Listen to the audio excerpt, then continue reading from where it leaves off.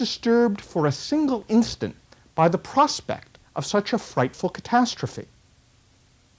Bastiat continues. How does each succeeding day bring what is wanted, nothing more, nothing less, to so gigantic a market? What then is the ingenious and secret power which governs the astonishing regularity of movements so complicated? A regularity in which everybody has implicit faith, although happiness and life itself are at stake. That power is an absolute principle, the principle of freedom in transactions. We must have faith, Bastiat said, in that inward light which Providence has placed in the hearts of all men, and to which he has confided the preservation and indefinite amelioration of our species, a regard to personal interest, since we must give it its right name, a principle so active, so vigilant, so foreseeing when it is free in its action.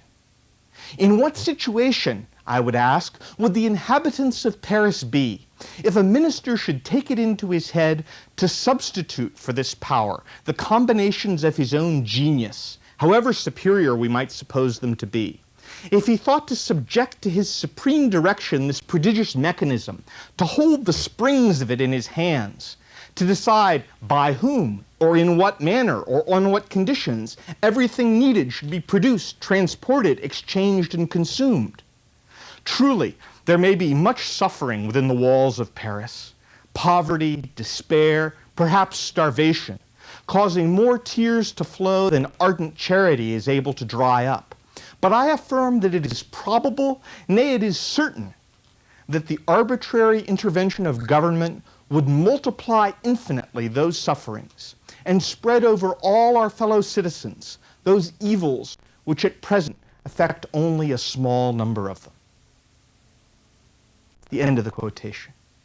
But just think about it for a moment.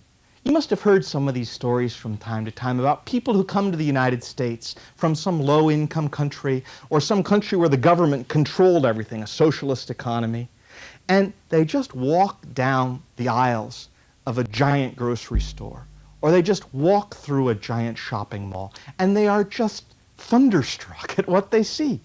They can't believe what's on the shelves. I mean, when you go to sleep at night, do you ever worry whether the stores will have food tomorrow? Do you ever worry whether there will be any gasoline available or will be completely gone? I don't mean can you pay for it or not. I mean, do you worry whether it will be there at all? Or do you sleep soundly at night, not at all worried about the problem that if a whole lot of things don't happen, there won't be any food in your city tomorrow? If you don't worry, you've just paid the free market an extraordinary compliment. One major part of economics is to understand and analyze and maybe marvel just a bit at what the economy accomplishes every day.